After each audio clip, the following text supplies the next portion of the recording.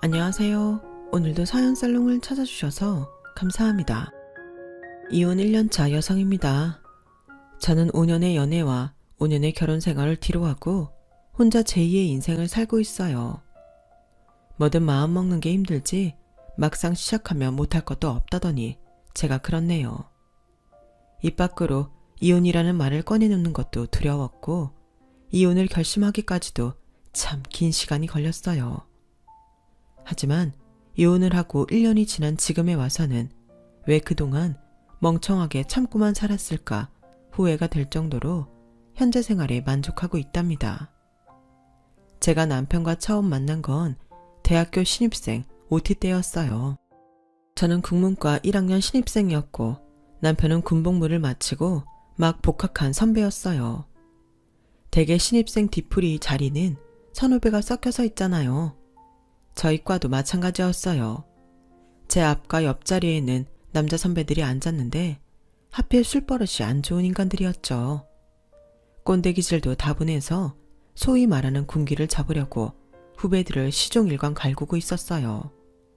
고작해야 신입생들과 한두 살 차이 나면서 나 신입생 땐 말이야 어쩌고 저쩌고 해가면서 마치 인생을 반백년은 살아본 사람처럼 구는데 못 봐주겠더라고요.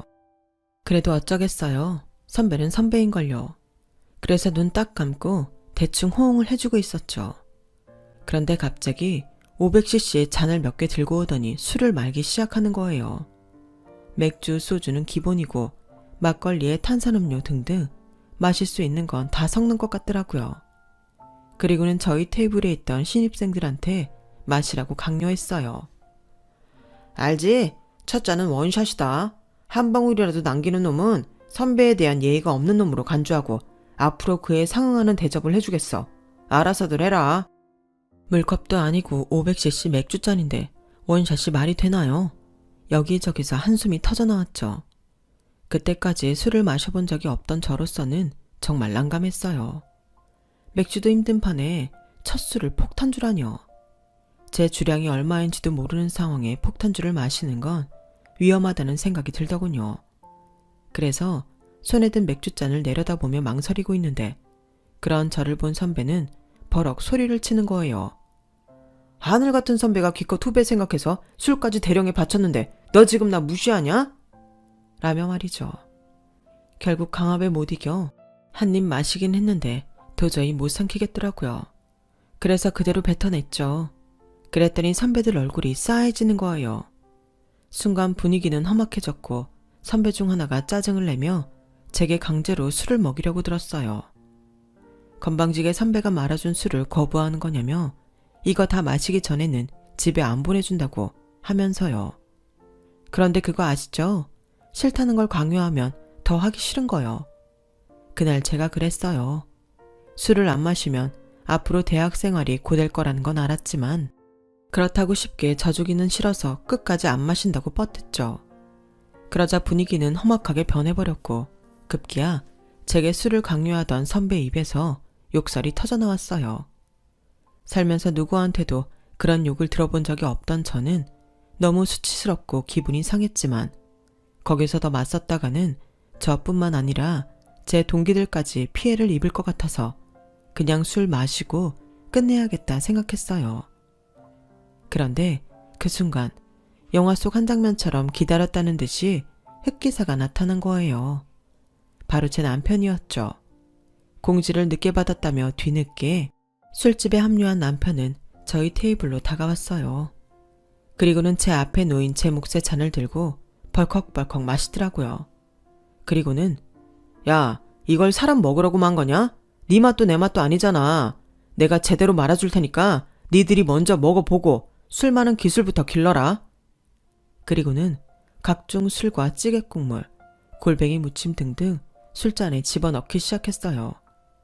보기만 해도 토가 쏠릴 것 같은 비주얼이었죠.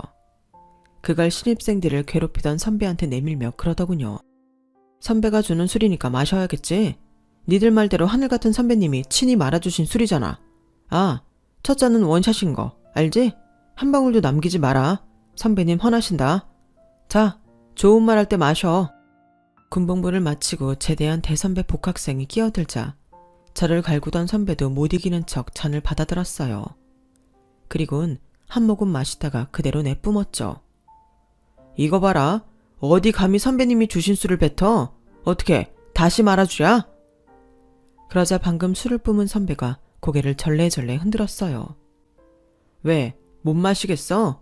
그럼 니들은 못하는 걸 왜 신입생들한테는 강요하는 건데? 때가 어느 땐데 아직도 꼰대짓을 하고 난리냐고. 애들 부모님이 공부하라고 대학 보냈지. 니들 꼰대 노름에 딸랑이들하고 대학 보냈냐? 그런 거 하고 싶으면 니들 집에 가서 해. 귀한 남의 집 자식들 데려다 괴롭히지 말고.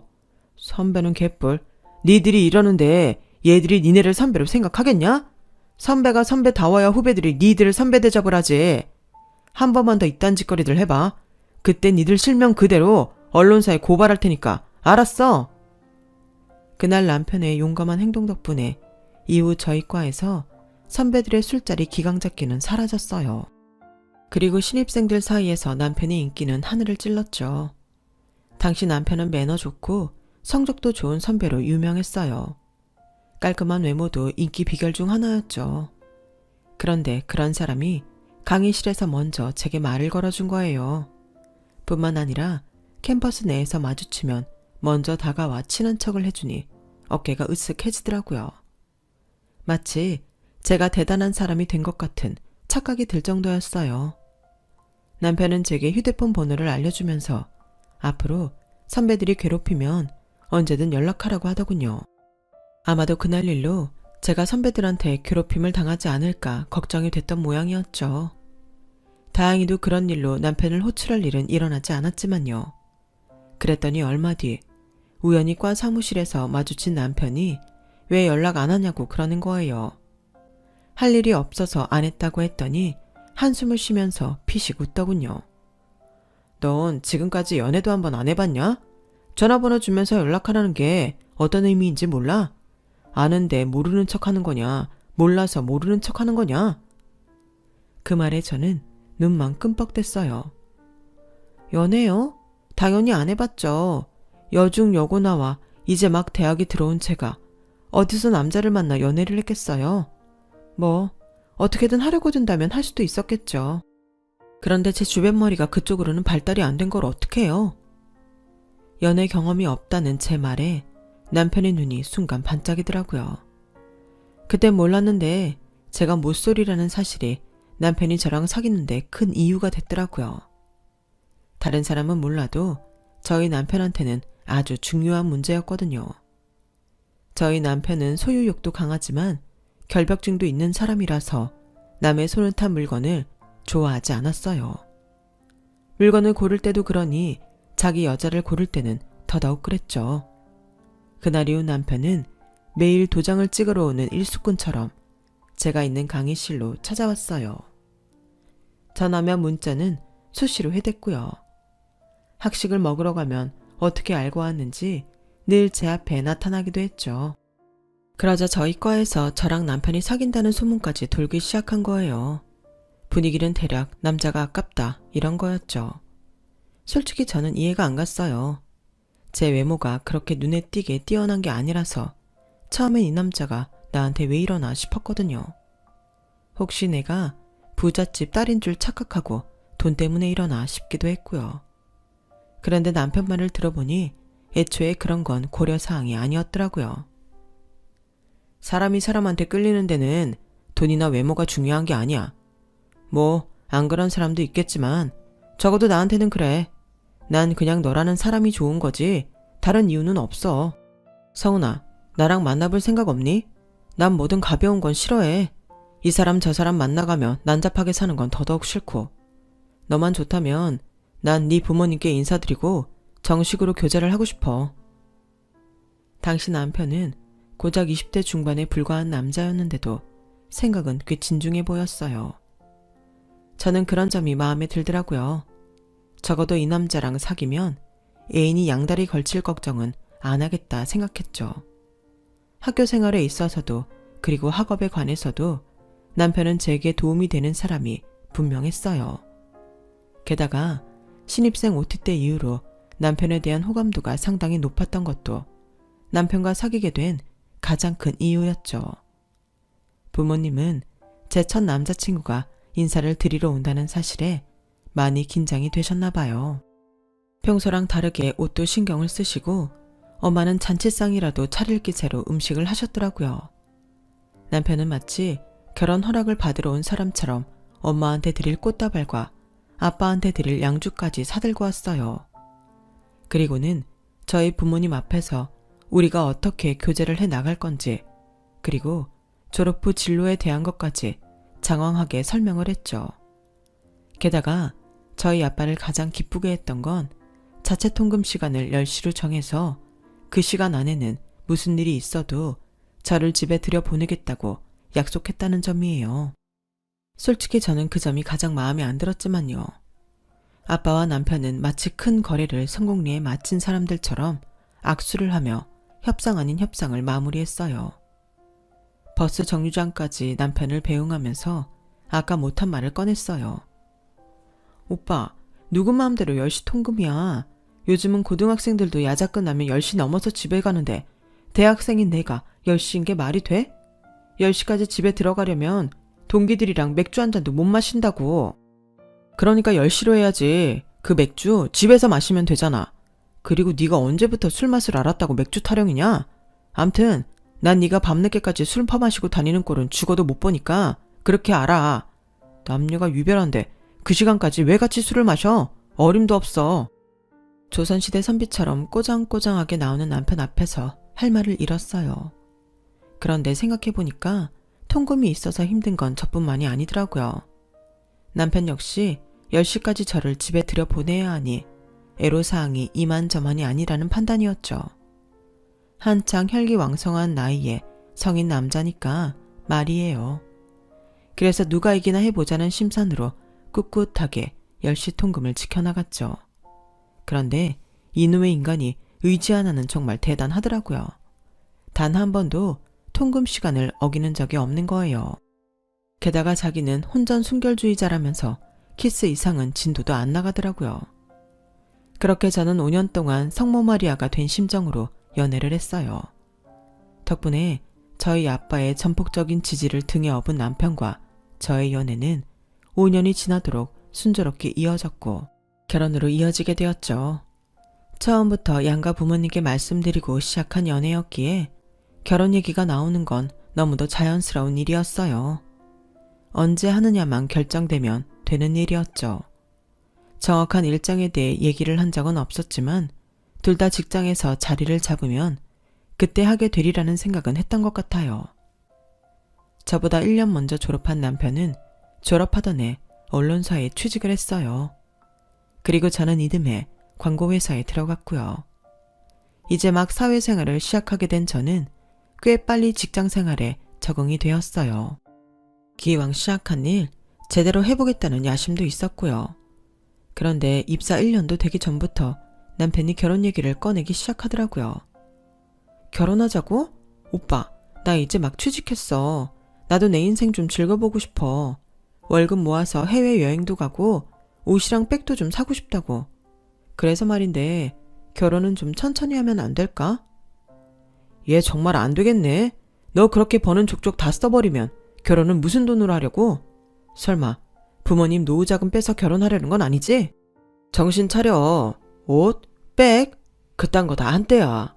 명품으로 도배하고 다니는 여자들 보면 부러울지 모르겠지만 매달 카드 할부금 갚는 거 보면 마음이 달라질걸? 없는데 쪼들려 가면서 뭐하러 그런 걸 사니? 해외여행도 그래. 한창 일해서 돈 벌어야 할 나이에 별스타에 올릴 사진 찍으려고 카드 긁어가며 해외 나가는 게 말이 되니? 그런 건 생활에 여유가 생기면 그때 해도 돼. 그러니까 얼른 결혼해서 둘이 열심히 돈 모으자. 그리고 조금 일찍 은퇴해서 세계 일주 다니면서 여유롭게 살자고. 넌 그냥 나만 믿으면 돼. 내 머릿속엔 우리 미래에 대한 계획들이 다 들어있으니까.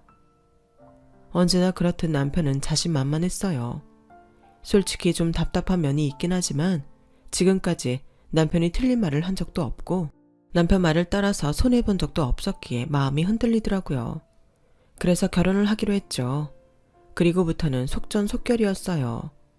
남편은 이미 오래전부터 결혼에 대한 계획을 세워놓았더라고요. 예식장부터 스멜을 비롯해 혼수까지 어디서 하고 어떻게 해야 하는지를 훤히 알고 있었어요.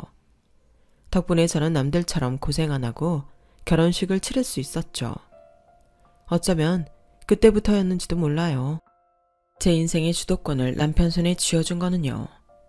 남편은 신혼 초부터 제게 가계부를 쓰라고 강요했어요. 뭐? 가계부? 요즘 누가 그런 걸 써? 누가 쓰냐고.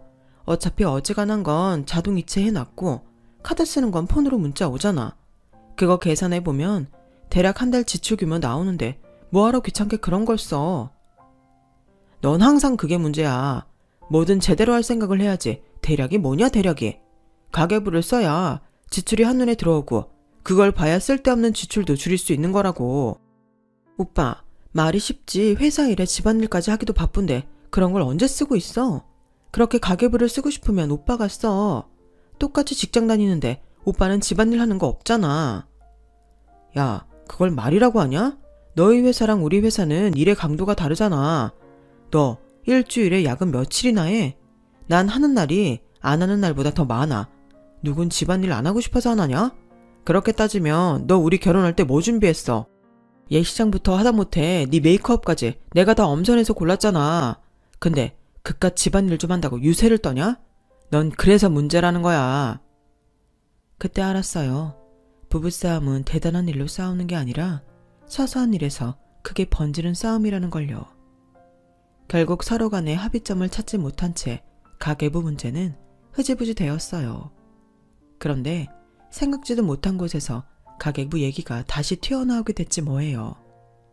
제가 입사 후 남들보다 일찍 회사에 적응할 수 있었던 건 저희 과장님 덕분이었어요. 40대 초반 여성인 윤 과장님은 비혼주의자로 여자라면 누구나 부러워하는 인생을 살고 계셨죠.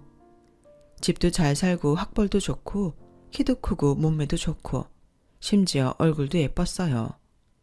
그런데다 성격은 또 어찌나 쌈박한지 사람이 뒤끝이 없어요. 그뿐인 줄 아세요? 부하 직원한테 일을 떠맡기는 일도 없고 어지간하면 자기 밑에 사람을 엄청 아끼세요. 다른 부서는 흔하게 하는 야근도 저희는 윤 과장님 덕분에 칼퇴를 일상화하고 있었죠. 자기 돈으로 명품백이랑 구두도 척척 사고 해외여행도 수시로 다녔지만 워낙 재테크 기술이 좋아서 서울에 40평대 자가 아파트까지 가지고 있었어요. 그런 윤 과장님이 특히 저를 예뻐해 주셔서 저는 입사 초부터 꽃길을 걸으며 회사 생활을 할 수 있었죠. 그런데 제가 결혼하고 3개월쯤 지났을까요? 하루는 윤 과장님이 그러시는 거예요. 자기야, 요즘 힘들어?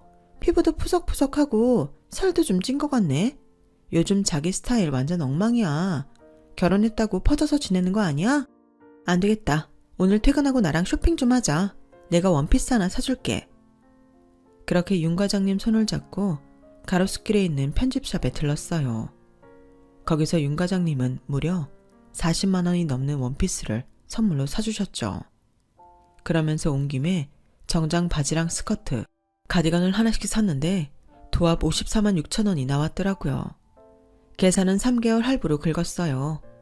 그런데 그날 집에 돌아가니 남편이 쇼핑백을 보고는 버럭 소리를 지르는 거예요. 내가 이래서 너한테 가계부를 쓰라는 거야.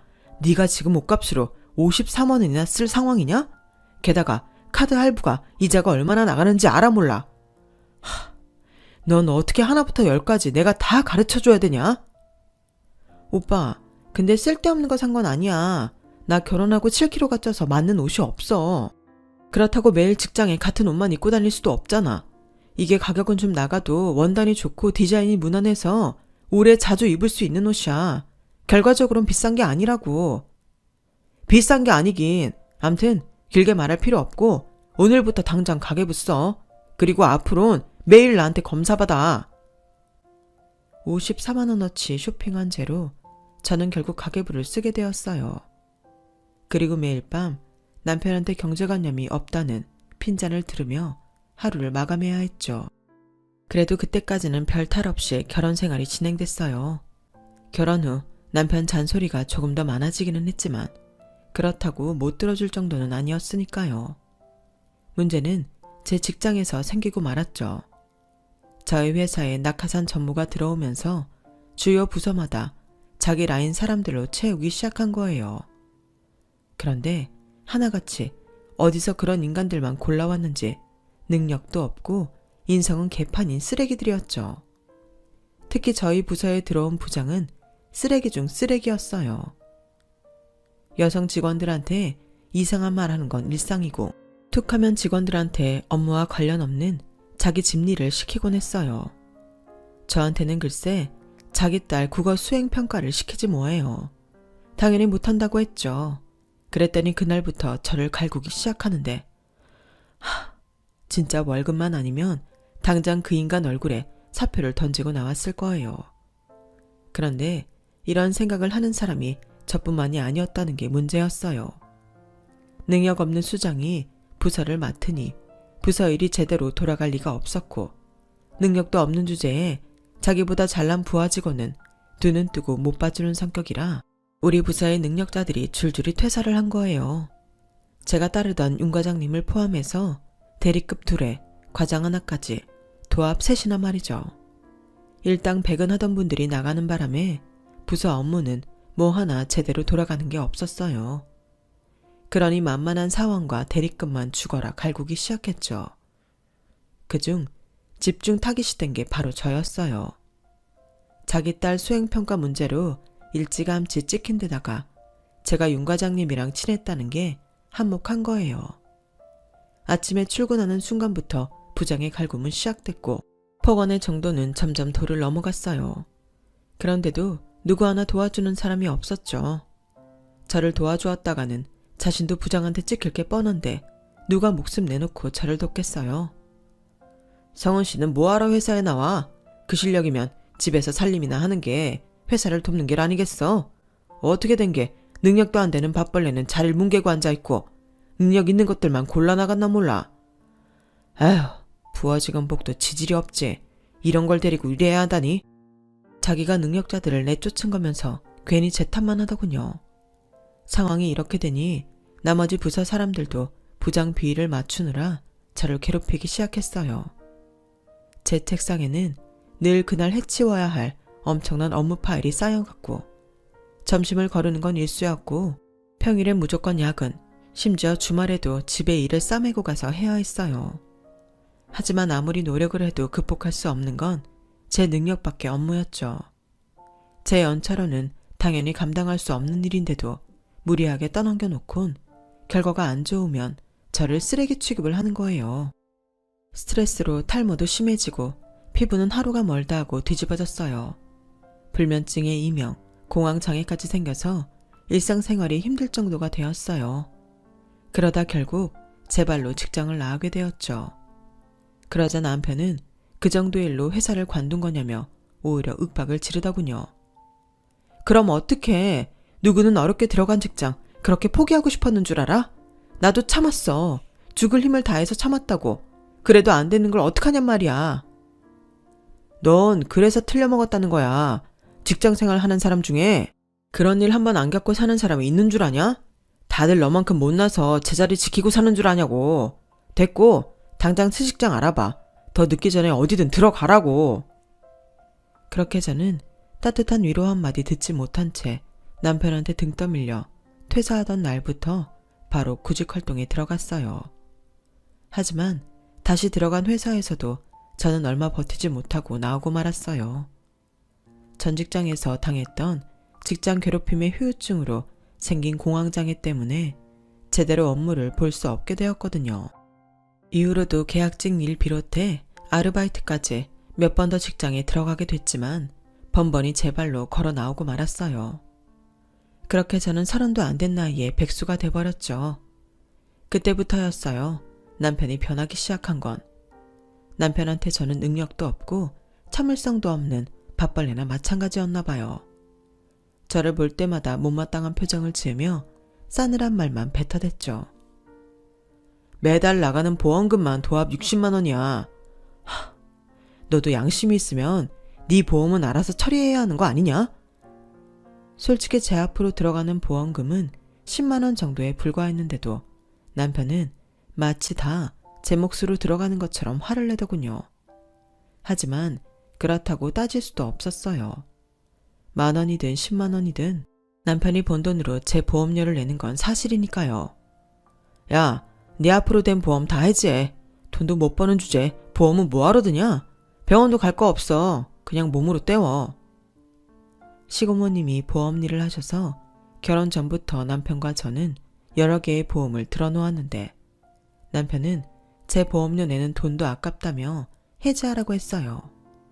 하지만 지금 해지하면 환급 받을 수 있는 돈도 얼마 안 되는 데다가 갑자기 큰 병에 걸리면 그 비용을 어떻게 감당하나 걱정이 되더라고요.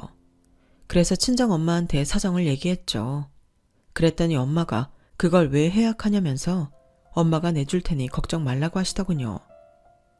세상에, 네 보험료가 얼마나 한다고 그걸 못 내주겠다고 해약을 하래. 누가 보면 네 앞으로 보험료가 기백만 원은 나가는 줄 알겠다. 그리고 뭐? 병 걸리면 몸으로 때우라고? 어떻게 지 와이프한테 그딴 소리를 해? 사람은 겪어봐야 한다더니 그 말이 딱 맞다. 결혼 전에는 그렇게 너밖에 모르더니 이렇게 사람이 변하니? 성훈아, 정 힘들면 집으로 와. 그런 대접 받아가면서 참고 살지 말고 그냥 훌훌 털고 엄마 아빠랑 살자. 전화기 너머로 훌쩍이는 엄마 울음소리를 들으니 내가 괜한 말을 했다 싶었어요. 그깟 보험 손해보더라도 해약하고 말걸 하는 생각이 들었죠. 그래서 이후로는 친정 엄마한테 전화해 하소연하는 짓은 하지 않았어요. 힘들어도 잘 사는 척 남편이 잘해준다는 거짓말로 안심을 시켜드렸죠. 저 때문에 엄마가 가슴 아파하시는 건 정말 참기 힘들었거든요. 제가 일을 할 때는 남편과 제가 각각 100만 원씩 생활비를 내고 살았어요. 나머지 돈은 알아서 저축을 했고요. 그때 제가 모아둔 돈은 회사를 그만둔 뒤 매달 생활비를 썼는데 그 돈이 바닥이 나고 만 거예요. 그래서 남편한테 이번 달부터는 생활비를 못 낼 것 같다고 했더니 그러더라고요. 그래서 뭐 나보고 돈을 더 내라는 거야? 난 그렇게는 못해. 내 몫의 생활비는 100만 원이니까 앞으로도 난 그 돈만 낼 거야. 그걸로 네가 알아서 알뜰하게 살아봐. 100만 원으로 매달 남편 보험료와 식비, 그 밖에 생활비까지 다 해결해야 하니 늘 빠듯했어요. 가계부를 적어가며 아무리 절약을 해도 1,000원짜리 한 장 마음대로 쓸 수 없었죠. 그렇게 힘겹게 생활을 해도 제게 돌아오는 건 남편의 핀잔뿐이었어요. 이런 날들이 2년 3년을 넘어가자 저는 예전에 활기찼던 모습을 완전히 잃어버리게 되었어요. 남편 말대로 나는 뭘 해도 안 되는 사람이구나 싶은 게 자존감이 끝도 없이 내려갔고 그러다 보니 어떻게 해도 남편 성에 안 차는 내 모습이 스스로도 한심하게 느껴지게 되었죠. 아이를 갖는 건 꿈도 꾸지 못했어요. 이런 상황에 애는 무슨 애야. 제발 네 주제를 알아라. 솔직히 난 당장 애가 생길까봐 그게 더 무섭다. 너 같은 여자가 애는 제대로 키우겠니? 네 인생 하나 망쳤으면 됐지. 애 인생까지 망칠 생각이냐고. 그러니까 주제 넘은 생각 그만두고 살림이나 제대로 해. 한 달 내내 뼈 빠지게 벌어다 주는데 반찬 꼬라지 하고는. 넌 어떻게 살림 하나도 제대로 못하니? 도대체 할 줄 아는 게 뭐야? 하긴 네가 그런 인간이니까 그깟 공황장애 핑계로 집구석에 뭉개고 있지. 나 같으면 이런 소리 듣기 싫어서라도 당장 나가서 돈 벌겠다. 넌 이런 말에도 상처 같은 건 안 받지? 대충 순간만 모면하면 몸도 편하고 마음도 편하니까. 하지만 남편의 말과 달리 저는 매 순간 남편의 가시돋친 말에 상처를 입었어요. 그러던 어느 날이었어요. TV를 보는데 줄광고로 라디오 드라마 극본 공모 공지가 뜨더군요. 상금이 무려 1,000만 원이었어요.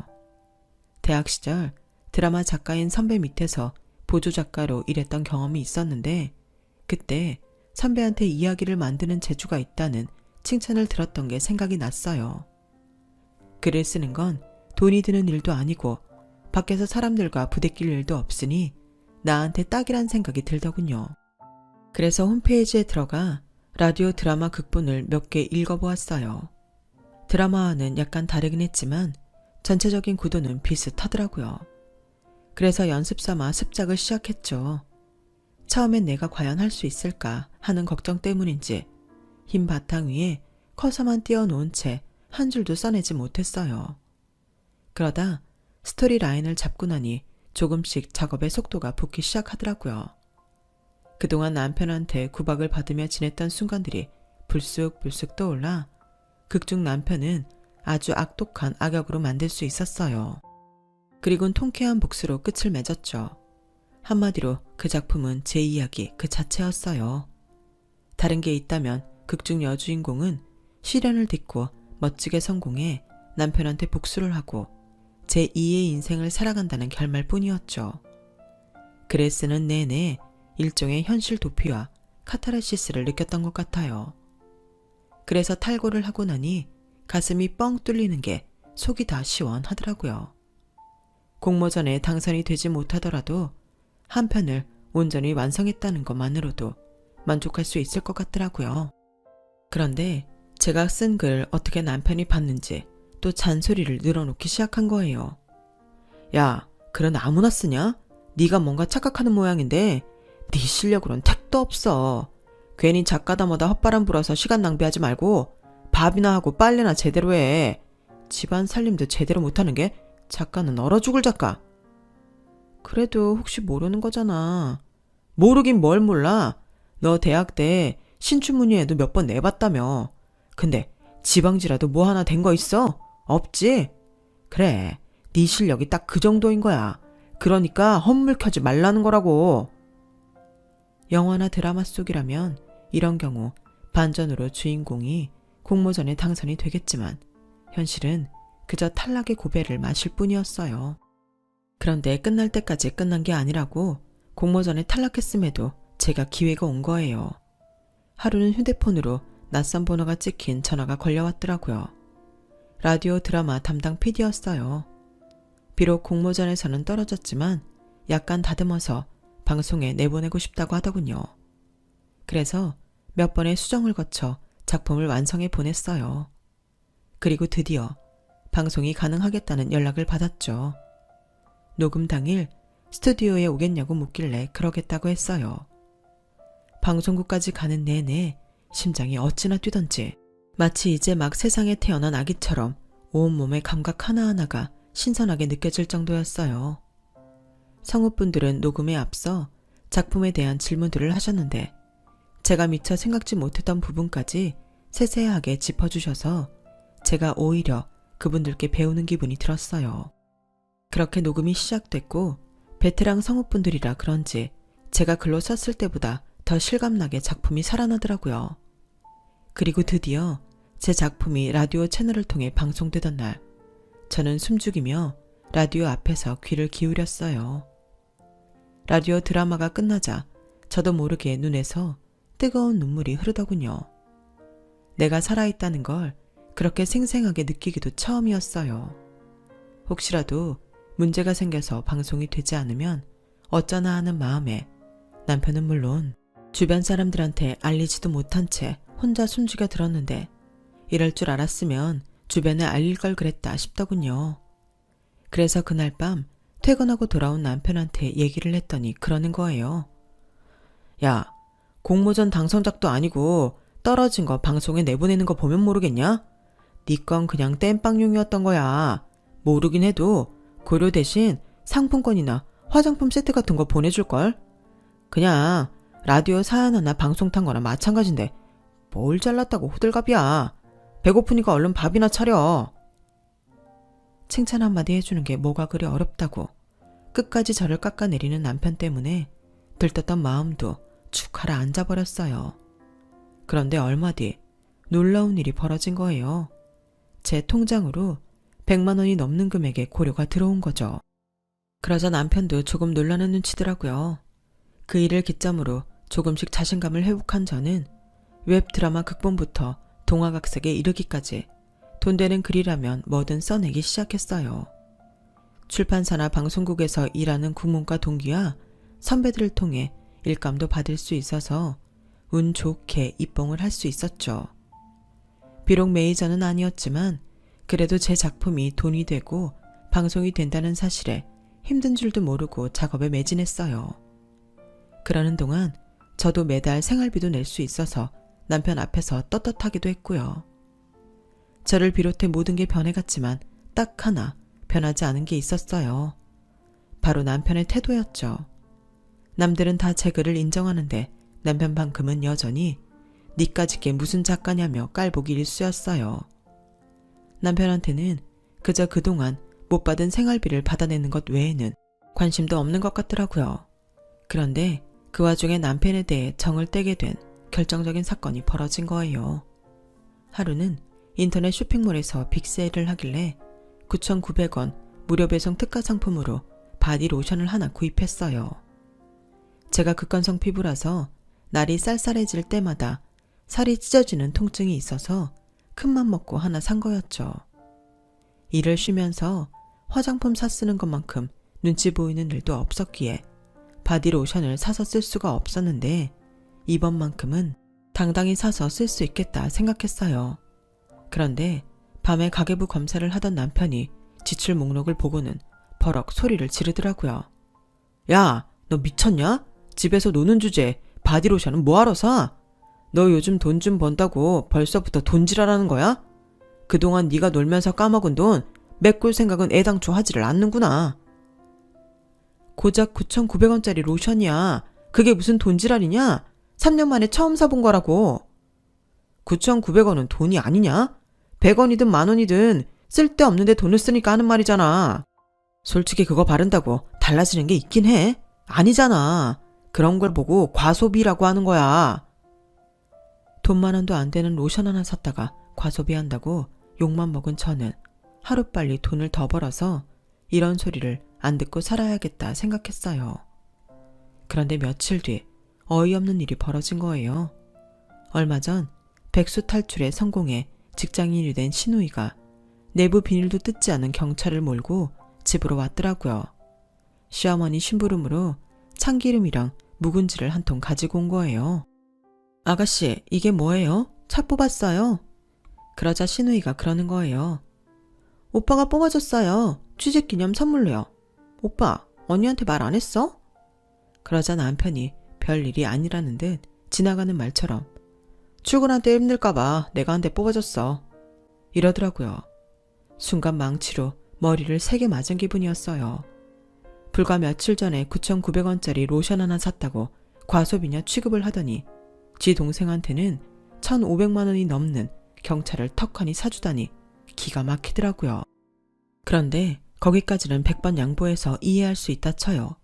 자기 돈으로 자기 동생 차 사주겠다는데 제가 뭐라고 하겠어요. 그런데 이어진 시누이 말에 뚜껑이 확 열렸어요. 참, 차 할부금은 매달 언니가 내는 거라던데? 오빠 맞지? 그냥 언니 카드로 할부 끊으면 편한데 언니 수입이 일정치 않다 그래서 오빠 카드로 먼저 긁었어요. 매달 25일까지 오빠 계좌로 돈 붙이면 돼요. 아니 그걸 왜 내가 내? 여보, 이게 무슨 소리야? 그러자 남편이 그러는 거예요. 야, 너 그동안 생활비 한 푼 안 내고 살았잖아. 그럼 나 대신 차 할부금 정도는 낼 수 있는 거 아니냐? 일시불로 내라는 것도 아니고 매달 끊어서 내는 건데 뭐가 어려워? 와, 이 인간이 정말 끝까지 치사하더라고요. 그간 못 받은 생활비를 고스란히 받아내겠다는 심산이었어요. 그런데 그렇게 따지면 저는 독박으로 가사활동을 해온 건데 그건 왜 계산해서 빼요? 그런 계산이 어딨어? 그럼 그동안 내가 해온 가사 노동비는 누가 계산해줘? 그렇잖아. 자기한테 밥벌레 취급까지 당하면서 일했는데 돈까지 내야 하는 거라면 너무 억울한 거 아니냐고. 야, 뭐가 억울해. 유부녀가 살림하는 건 당연하지. 그리고 애초에 네가 회사만 박차고 나오지 않았으면 일이 이렇게 꼬이지도 않았어. 그러니까 탓하라거든. 네 자신을 탓하라고. 하도 당당한 남편의 태도에 지난 몇 년간 쌓았던 울분이 폭발해버렸어요. 그래서 가슴속에 꾹꾹 누르고 있던 마지막 그 말을 꺼내고 말았죠. 야, 진짜 끝까지 개새끼네. 이런 걸 내가 남편이라고 믿고 살았구나. 누군 일하기 싫어서 일 그만뒀어? 살려고 어떻게든 살고 싶어서 그만둔 거잖아. 내가 회사에서 어떤 상황에 몰렸었는지 누구보다 잘 아는 인간이 어떻게 그렇게 말을 해? 난 당신이 내 처지였다면 그렇게 매몰차게 당신 탓하지 않았을 거야. 정신적으로 힘든 사람한테 퇴사 당일날 재취업하라고 등 떠밀기보다는 다친 마음부터 보다듬어 줬을 거라고. 그게 부부 아니니? 너란 인간은 나한테 남보다도 못하게 굴었어. 날 괴롭힌 직장 상사보다도 네가 더 잔인한 놈이었다고. 이렇게 된 마당에 내가 나랑 어떻게 한 입을 덮고 살겠니? 우리 그냥 이혼하자. 그러자 남편은 이혼할 때 하더라도 그동안 밀린 생활비는 내고 끝내라고 하더군요. 그래서 저도 남편과 똑같이 계산기를 때렸어요. 그리곤 좋아, 낼게. 대신 나도 내 몫을 제대로 받아야겠어. 결혼해서 지금까지 내가 했던 가사노동 시세대로 쳐서 받을래. 지난 5년간 하루 10시간 넘게 일했으니까 그거 계산해줘. 그럼 나도 매달 100만 원씩 쳐서 밀린 생활비 낼게. 집안일은 여자가 해야 한다는 둥 개소리 할 거면 그만두는 게 좋을 거야. 난 주말에도 니놈 등살에 못 이겨 일했으니까. 모르긴 해도 비용이 엄청 나을 거다. 야, 네가 한 게 뭐 있다고 돈을 받아. 어림없는 소리 하지 마. 그래, 그럼 시시비비는 법정에서 가려야겠네. 암튼 난 한 푼도 양보 못하니까 그렇게 알아. 이 인정머리 없는 개자식아. 결국 남편과 저는 이혼 소송을 통해 갈라서게 되었어요. 그리고 법정에서 그동안 남편이 제게 했던 행동과 말들이 고스란히 공개되었죠. 그걸 들은 저희 부모님은 뒷목을 잡으셨고 절대 용서 못한다며 남편을 향해 일을 가셨어요. 결국 판결을 통해 저는 전액은 아니었지만 가사 노동에 대한 대가를 받을 수 있었어요. 집과 살림도 처분해 재산 분할도 했고요. 법대로 하자 남편은 자기 계산과 달리 엄청난 손해를 보게 되었어요. 자기 여동생한테 차를 뽑아준 비용까지 떠안게 됐거든요. 이혼을 한 뒤 저는 친정에 들어가 사는 대신 오피스텔을 구해서 살고 있어요. 글 작업을 하려면 혼자 지내는 게 나을 것 같아서 내린 결정이었죠. 그리고 작가라는 호칭으로 불리며 제2의 인생을 살고 있답니다. 직업 특성상 소속된 곳이 없어서 매달 수입이 불규칙적이지만 내가 써내는 만큼 돈을 벌 수 있고 불필요한 인간관계로 스트레스를 받지 않아도 된다는 장점이 있어서 저는 대만족이랍니다. 한 남자랑 10년이라는 시간을 함께하면서 제가 참 많이 바보가 되었나 봐요. 이혼 후 정신과 상담을 받아보니 제가 오랜 기간 남편한테 세뇌당한 것 같다고 했어요. 자존감이 낮아지고 심한 결정장애를 겪는 것도 그런 이유 때문이라고요. 주먹이나 발로 차는 폭력만이 폭력이 아니라는 걸 이혼을 통해 알게 되었어요. 5년이라는 시간은 비싼 인생 수업료로 사용되었지만 그래도 제2의 인생을 찾게 된 소중한 시간이었기에 아까워하지는 않으려고 합니다. 지금까지 제 사연을 들어주셔서 감사합니다. 자신을 사랑해 주시고 그렇게 행복하셨으면 좋겠습니다. 무엇보다 건강하세요. 여러분, 사연 댓글에 응원과 현명한 조언 부탁드려요. 좋아요와 구독은 저에게 큰 힘이 됩니다. 오늘도 좋은 일 가득하세요.